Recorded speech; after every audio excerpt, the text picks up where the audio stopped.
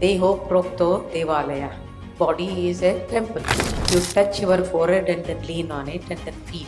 If you are a meditator, you will feel the difference that if you want your body to be physically healthy, it's not about your muscles, it's not about your nervous system, it's not about your internal organs.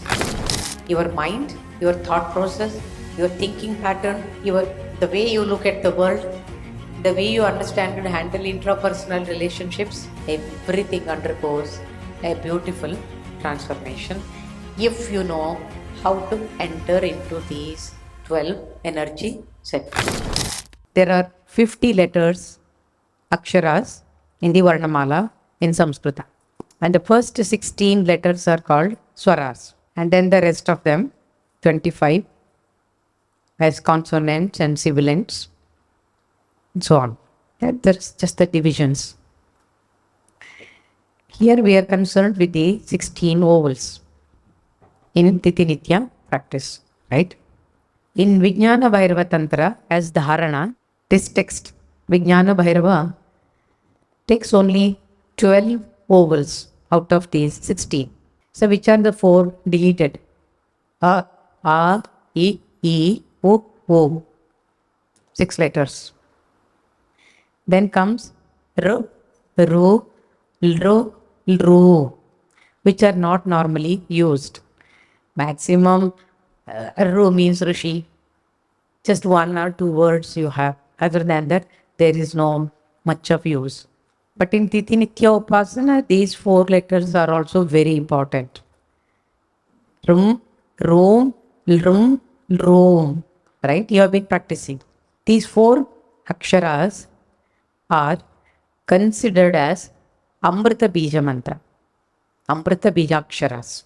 It has a deeper spiritual and esoteric meaning. But the subject of our understanding today is not to do with these 4 letters. Rum, Rom, Lrum, Lrum. We are not dealing with. So if you minus 4, it is 12 energy centers. You can practice both the ways. All the 16 ovals which already you have been practicing.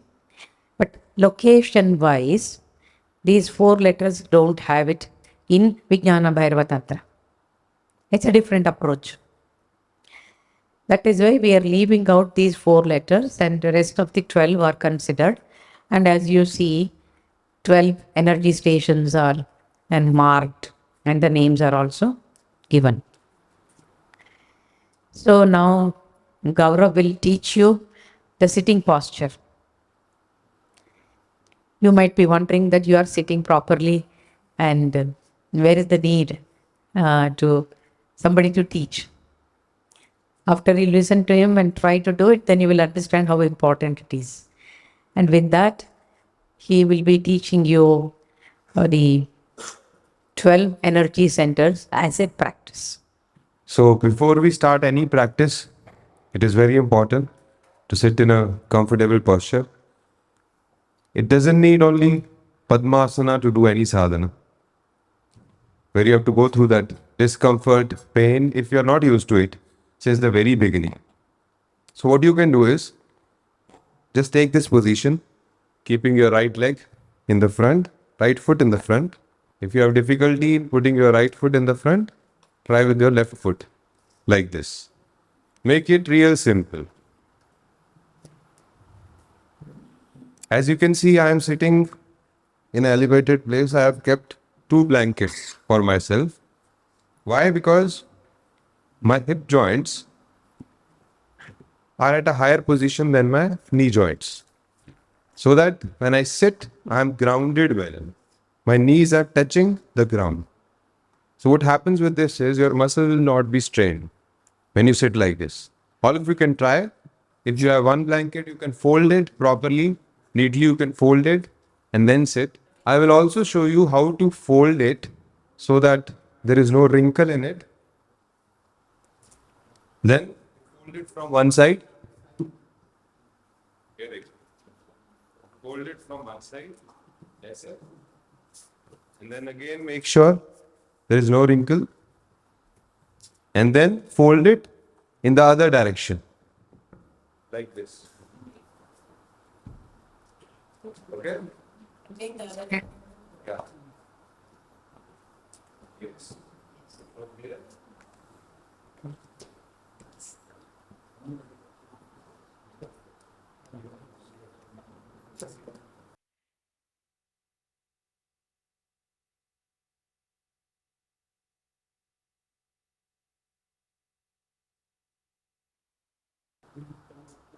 Are you comfortable? Now the second step is to keep your hands on the knees in Chin Mudra. Instead of keeping it like this, you have to keep it like this, so that there is no strain in your arm region and your chest is open and your back is straight. Losing. So when you sit, you have to sit like this.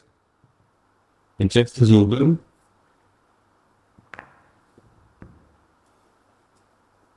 Just try to sit like this and see which part is in discomfort. When you sit like this, arm facing upward. Do you feel some strain in your shoulder area? How about your arm? So if you want to sit for 15-20 minutes, it really becomes difficult. But gently, if you start moving your palms downward and slightly bring your hands back, you can feel the comfort. Chest opening well, you'll be able to breathe well, your back will be straight, and the posture will be stable. So this is the very first requirement for any sadhana, any practice. It is even helpful for pranayama. So Swami Rama says that even if it takes 5 years to master your posture, it is less. It's worth it. So don't worry if your posture, you're working on your posture even for 2 years, 3 years, 4 years. और ये 2 blanket का एक फायदा है, कहीं भी आप चले जाए एक पिल्लो के काम करते हैं और एक ओढ़ने के. Hope I'm clear to all. We will learn this in our other sessions also. Don't worry, it's just the beginning. Now comes the most important part, which Amma keeps mentioning in all her initiations, retreats. Some people might think it is only always the same practice Amma talks about. But believe me, if Amma is saying even the mantra given for the deity is not that important, but mantra purusha is very, very important, which will teach you how to chant the mantra proper. The main mantra, the Mula mantra proper. So the practice, when we have to do, we have to focus on the vibration, not prolonging it too much, not limiting it also at the same time. So the first time I will chant, second and third time you all can chant with me. Let us start with the first akshara. Amma, do we need to also do the placement? No. Um, um, um,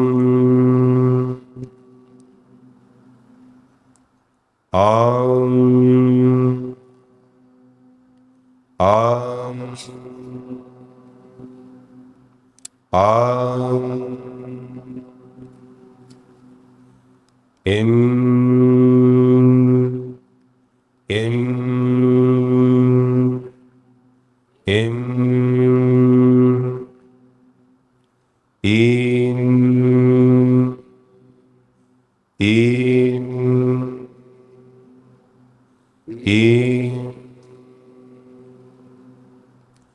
um, um, um,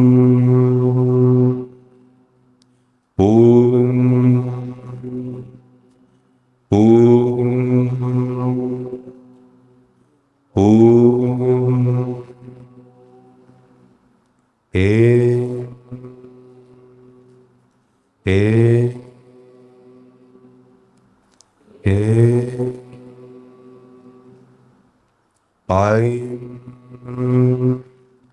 I I Om Om Om Aum Aum Aum Um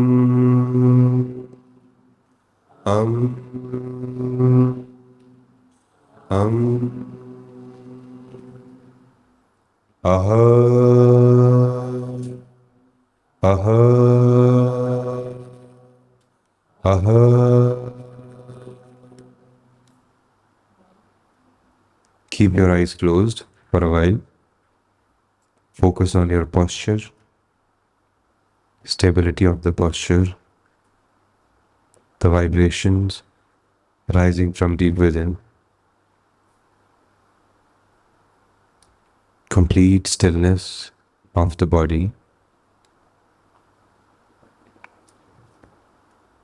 When you lose the focus on the vibration, try to divert your attention towards your posture.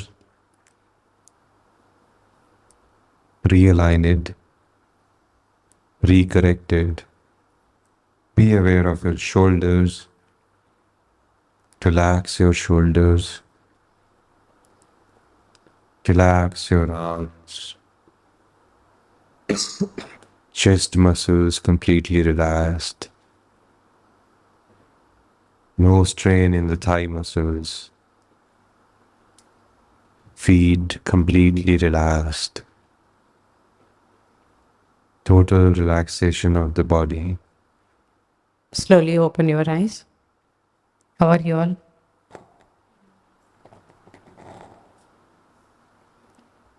Did it make any impact?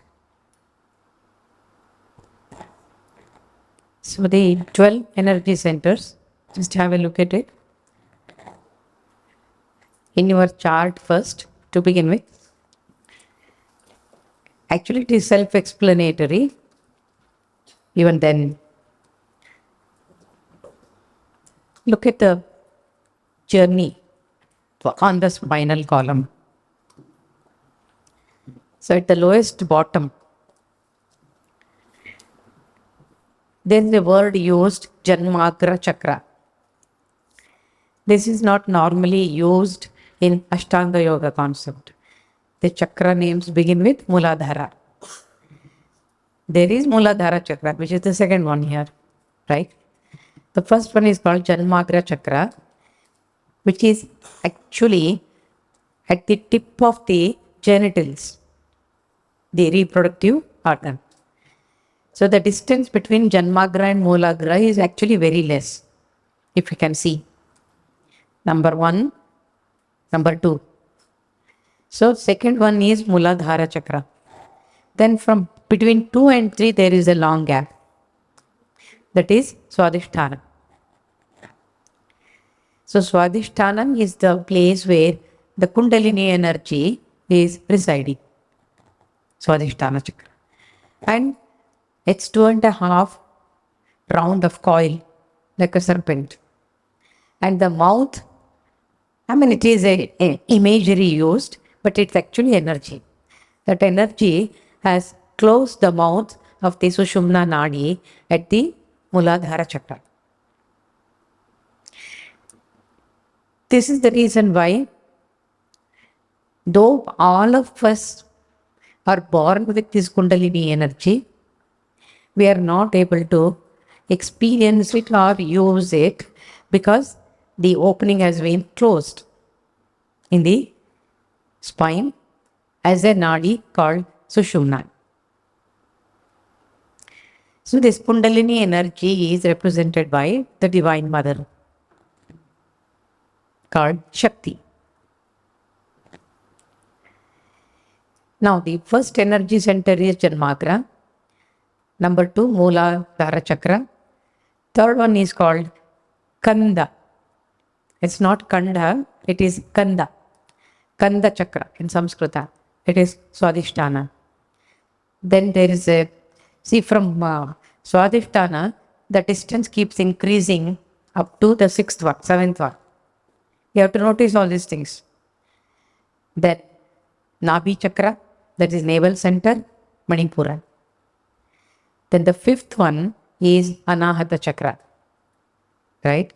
And then it's called HRD, means Hrid.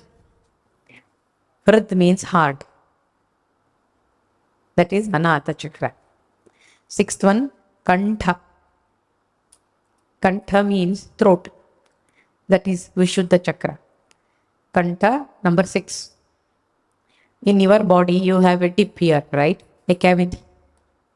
There is a bone structure and then you have a cavity. If you press, you can see this.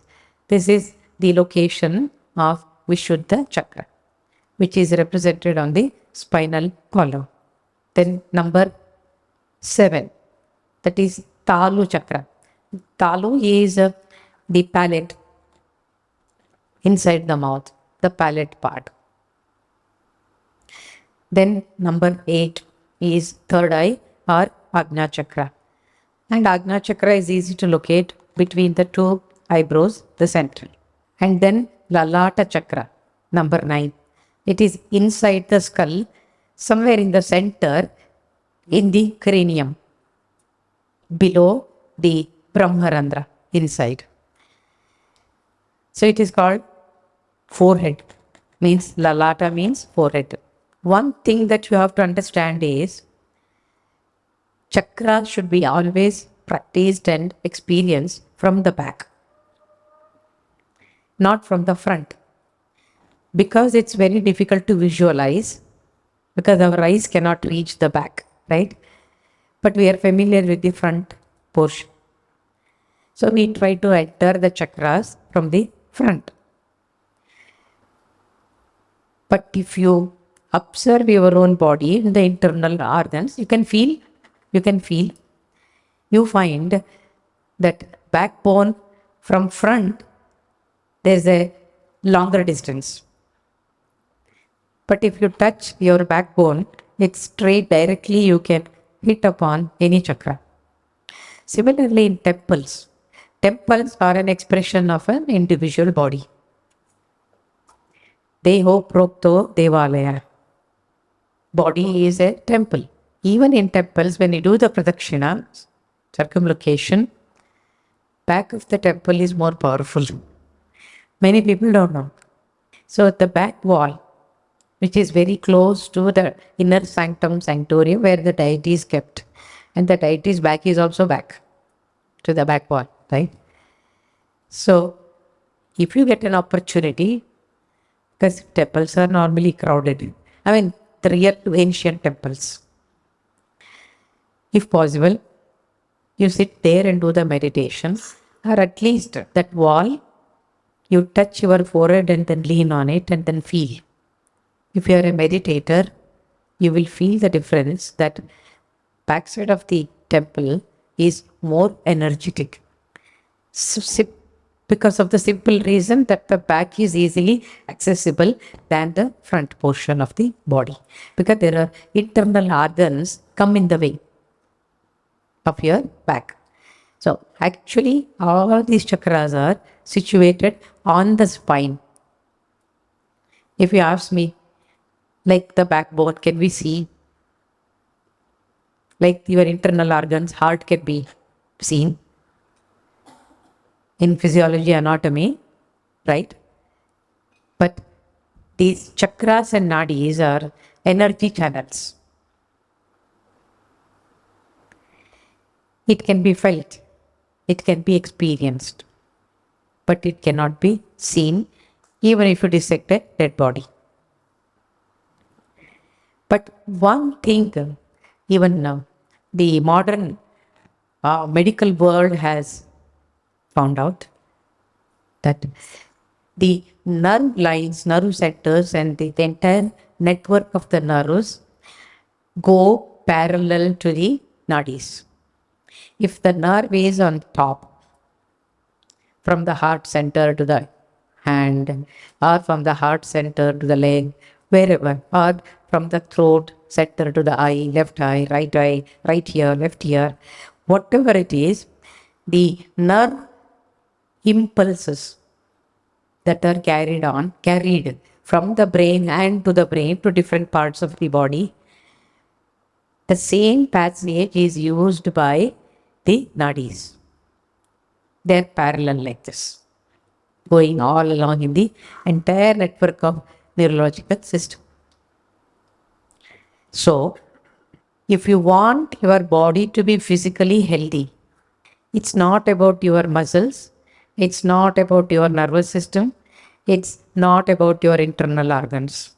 But the modern medical world talks only about these things. So, even to this day, holistic health is a big question mark for the medical world. It's not been able to attain that level. So yogis say yoga is the only way, where you are going to work on your body of light, which are filled with chakras and nadis. And it's also called pranic body. It's pranic body also and body of light both. When you learn how to work on your chakras and nadis and purify them, then the external manifestation of health is automatic. For example, if you want your skin to be very shiny and pink, any amount of money you spend on cosmetics and beauty parlors, it will not help much, maybe for 1 hour. But if you cleanse your chakras and nadis, you don't need any external help.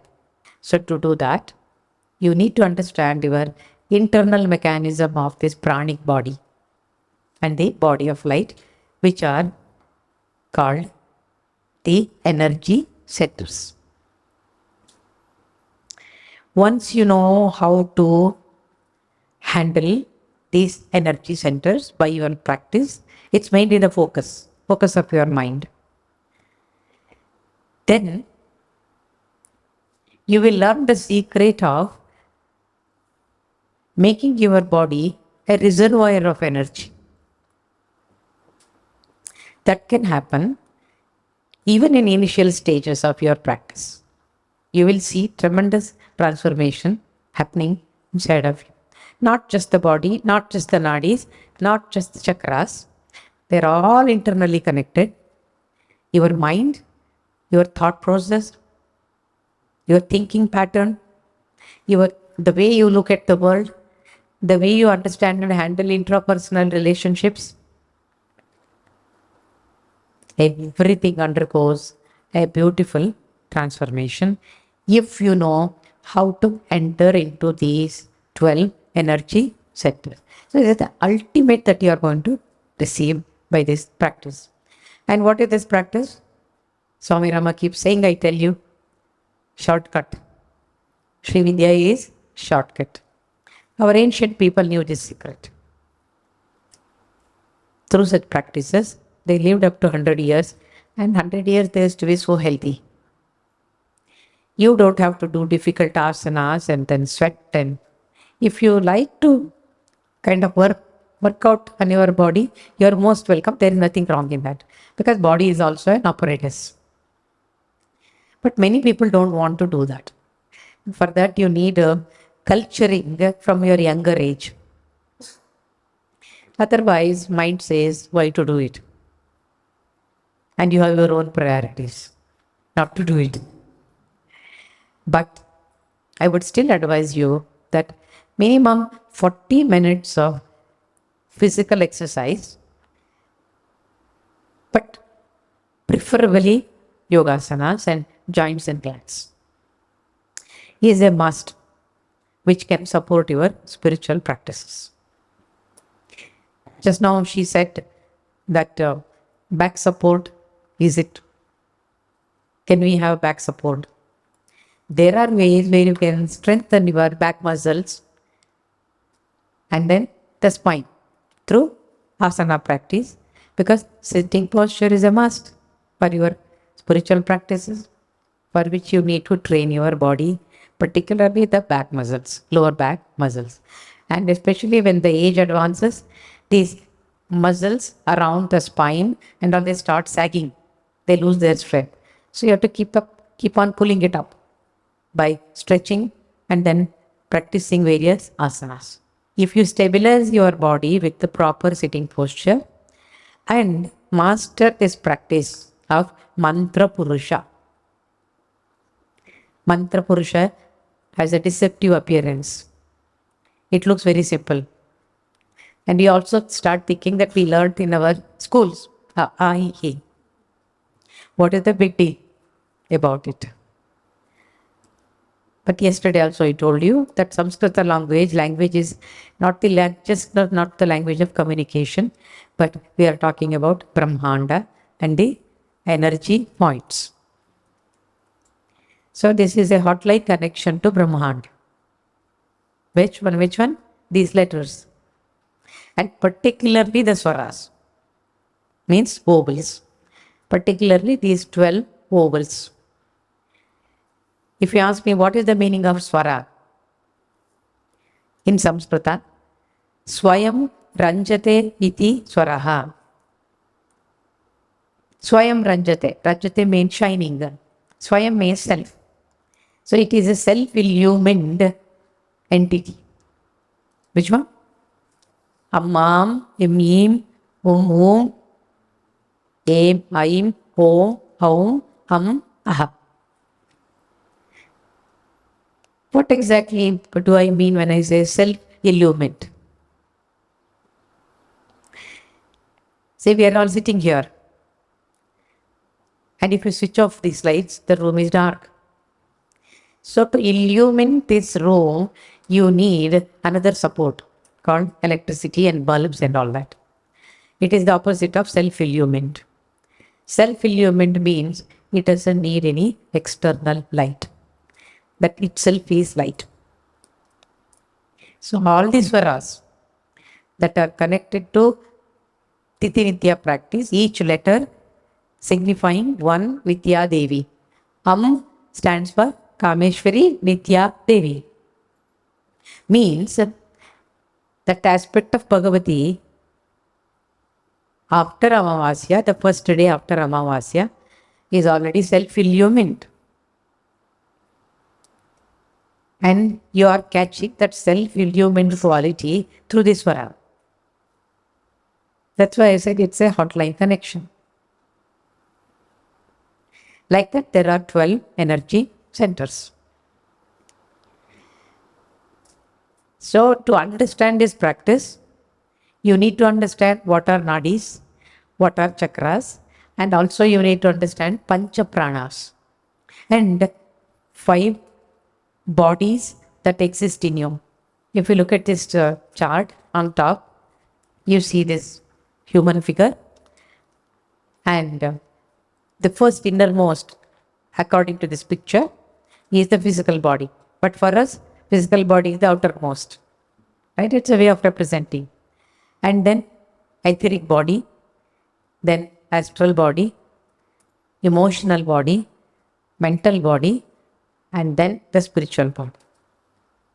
There is another way Upanishads look at these 5 bodies called Panchakosha Viveka, Panchakosha Tattva, based on Taittiriya Upanishad. It's called Annamaya Kosha, food body, Pranamaya, Manomaya, Vijnanamaya, Anandamaya. Don't get confused that Anandamaya is the state itself is the state of bliss and moksha. No. Anandamaya is the experience of that sense of joy in your day-to-day activities. If you are very positive in your mind and you always bring about dhanatmak qualities, then you experience joy. That is still at the material plane and connected to your body. But what we talk about, the state of bliss and moksha, is beyond the 5th body called Anandamaya kosha. So don't have any doubt about it. Okay, this is a broad perspective of what you are all about. So it has to interest you now because everything is about you, nothing about me.